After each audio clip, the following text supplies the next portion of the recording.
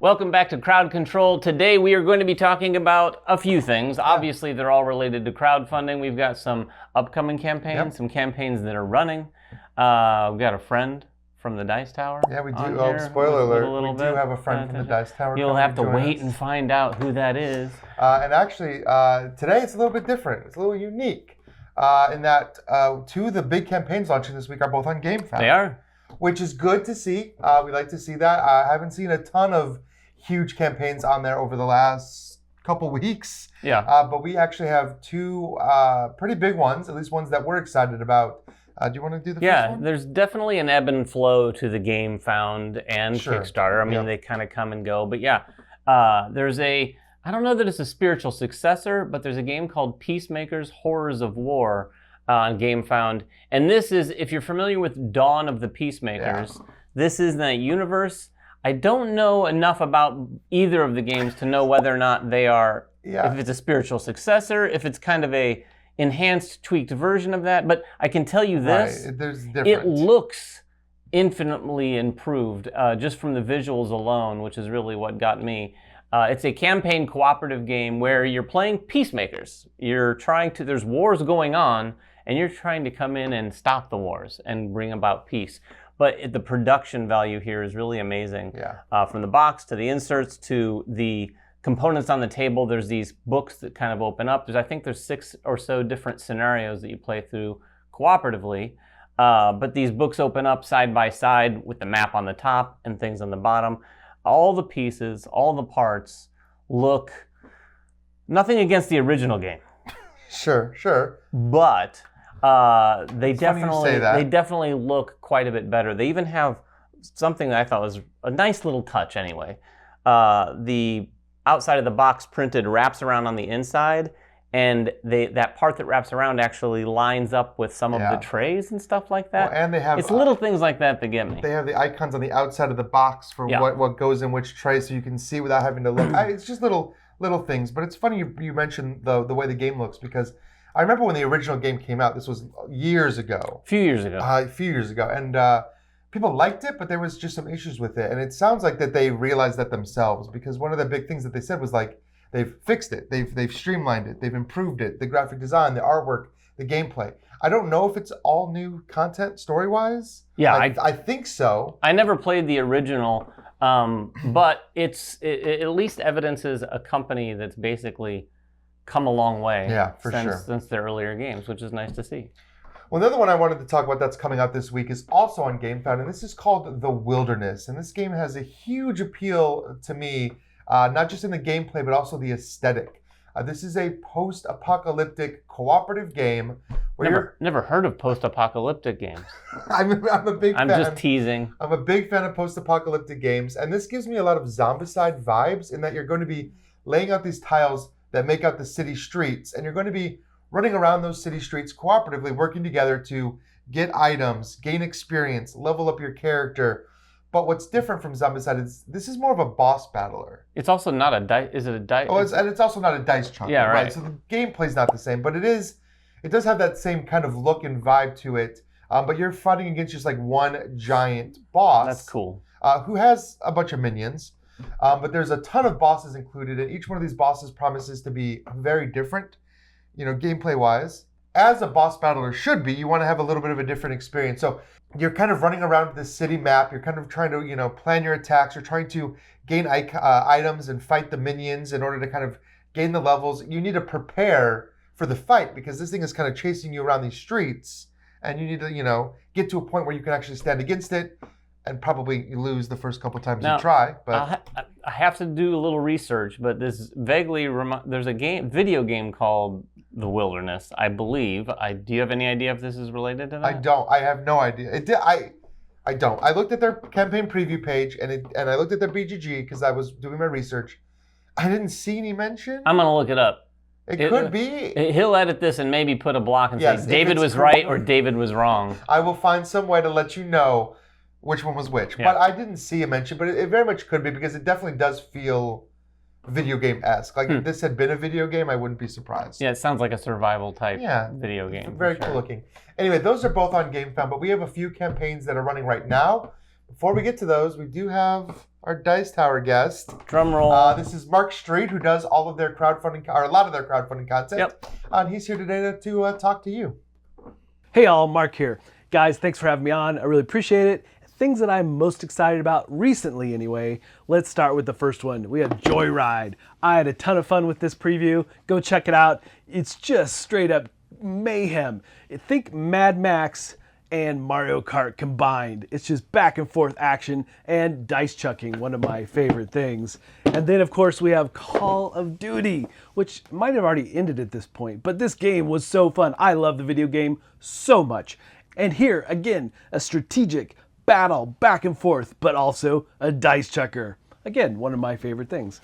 And then finally, we have Midhala. Oh my gosh, I can't even tell you how much I love this game.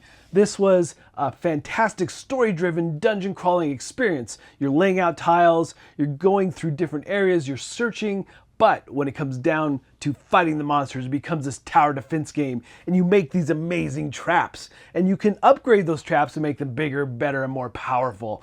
So this has a lot of interesting things, and it's set in a Viking world. So it's a really fun dungeon crawl, a lot of exploration, a lot of story, and tons of battle going on as you defeat all these creatures moving through the caverns, and you hope to save the world, right? It's one of those kind of games. Now, up and coming, things that I'm excited that I'm working on next, I'm soon be playing and filming Worms.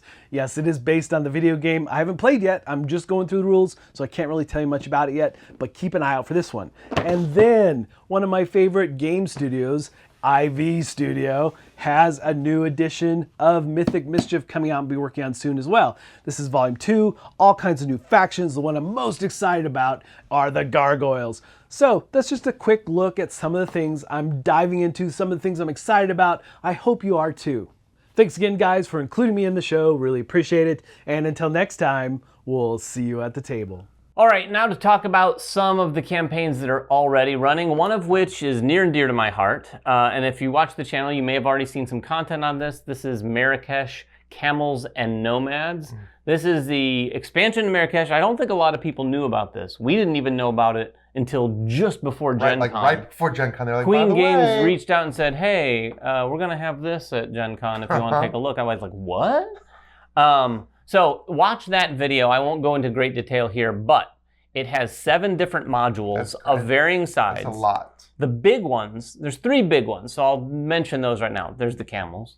It's in the name. Nomads? Nomads, that's another one. And then it's not on the box, home buildings. Oh. But there are 4 more. Buildings. Yeah, home buildings are the variable cool. player powers. So at the beginning of the game, everyone's going to get a home building. At least that's what they called it in the prototype rules. Cool. The home building gives you your starting resources, which are going to be different. Everyone, when using this module, gets one of those level 3 scrolls right from the beginning of the game. You draw 3 of them out of a bag and get to keep one, which we've said on the channel before, we would have loved that game to have a little bit of a kickstart where it's like, here, have a scroll. Because those level 3 scrolls can have some ongoing powers. Yeah. They might have some instant stuff where you just collect some stuff. Yeah. Plus, I think it just gets people in the mood to like do the scrolls.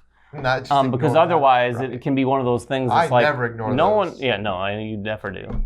But the camels and the nomads, really quickly, the camels is a giant racetrack that sits alongside the board. And it's yet another thing where when you get a keshi, instead of placing it on your board, you can take the keshi, which is the little wooden pieces in the game, place it over on the camel track to move your camel around there. It's going to be points. There's going to be bonuses to get. There's camel dung in the game. I mentioned this in the video. I'm pretty sure this sets a precedent in board gaming. I'm not sure camel dung has existed. I don't think camel dung.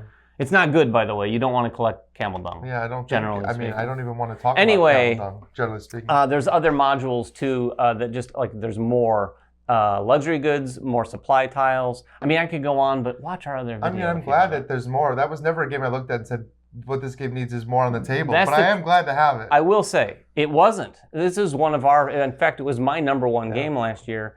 And it's a lot of game to begin with. With this is one of those expansions where I'm like, okay, I think they can be done. Yeah. Like, I don't know that there's really much more that you need to add to this. Yeah, we'll see. Until, of course, they do, and then we'll see. All right. So the next one that's running right now that looks really cool is Spectral. This is from Ryan Cordy, the designer of Trailblazers. And in fact, they actually kind of paired this Kickstarter together with an expansion, with right? an expansion to Trailblazers. It's like Bigfoot or Sasquatch is what they call it. Same thing, kind of thing. I think. So you can get that mini expansion. Trailblazers is a great, fun little puzzle game, but that's not the big draw. I think his new game is the big draw. Yeah, it's a different sort of game. It is very different. They've kind of paired them together under the umbrella of like these are Ryan Courtney's puzzle games, and this is kind of a puzzle game. It's a deduction game. You are thieves entering into a haunted house to steal the magical haunted goods that are in there, which good idea. seems like a great idea to start, but a lot of it's all face down tiles, and so you're trying to use different methods of deduction. You're placing workers out, these thieves, and you're bumping people around, and you're trying to get pieces of information and look, and there's all the kind of hidden things that you'd expect in a haunted house game. Some of them are good, some of them are bad, and so there's a little bit of a memory deduction element, but you're ultimately looking for these gems that are going to score you points. And this is a competitive game. This is, yes. Whereas I think Trailblazers, was Trailblazers is competitive. You're is? trying to build the best trail you can build. Okay. Oh yeah, I've played Trailblazers. It was very good. You're trying to build out the best trail, and I guess now with the Sasquatch, he comes and messes with your trail. All right. All I can think of is Slim Jim. Isn't that the don't mess with Sasquatch? But you're gonna be so. I don't think they have a sponsorship. I don't think so. But you can get both of these games together. If you don't have the original Trailblazers, you can get that as well. But that's all going to be in this one campaign. Yeah, and then the last one we want to talk about are some fellow content creators out there. Yeah. Our Family Plays Games. If you haven't checked out their channel, be sure to check out their channel. They've been on the scene, I think, for about 3 years now. Yeah, it's not been a long time that they've been creating content, but since they did, they have kind of made a name for themselves. Yeah, absolutely. They're on Good Morning America. Yeah, they've been on Good Morning America. They've been on their local news a lot. And we got a chance to actually spend some time. We've seen them at conventions and whatnot, said hello. I've played some games on BGA with Mick. By the way, it's Mick, Starla, and their son Grant is the behind-the-camera guy. He does a lot of good work. The guy in the chair. He doesn't get enough credit, quite honestly. He says he's the guy in the chair for Our Family Plays Games. The guy in the chair. Anyway, we got a chance to actually hang out with them for about a weekend earlier this year at a gaming retreat, which was a lot of fun. Got to get to know them. In fact, got to get to know everybody there, content creators, because like I said, usually we're all just kind of like, hey, how's it going? Bye. So yeah, if you haven't checked their channel out, do so. And their campaign that's running right now has a bunch of different things. They've got dice bags, merch. They got little promo packs, things like that. A calendar even. I think maybe we should do a calendar. We should do. I think a calendar would be a great idea. And I don't know if you've seen the channel at all, but you should, because this is one of the most diverse and inclusive groups I've seen. Yeah. In that they don't just talk about it; they actually are out there promoting it within the industry, within their communities.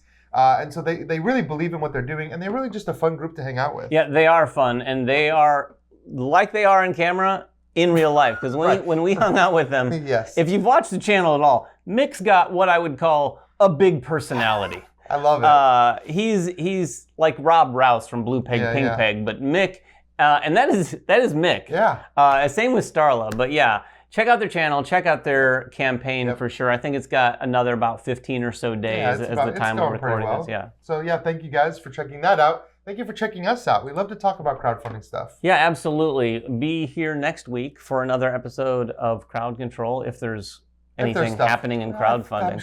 I'm sure there will be. If there isn't, we'll just sit here and talk about things that are delivering and stuff like that. Talk about The Witcher. Oh yeah, we could talk about The Witcher again. Ding! We should have a count going episode to episode.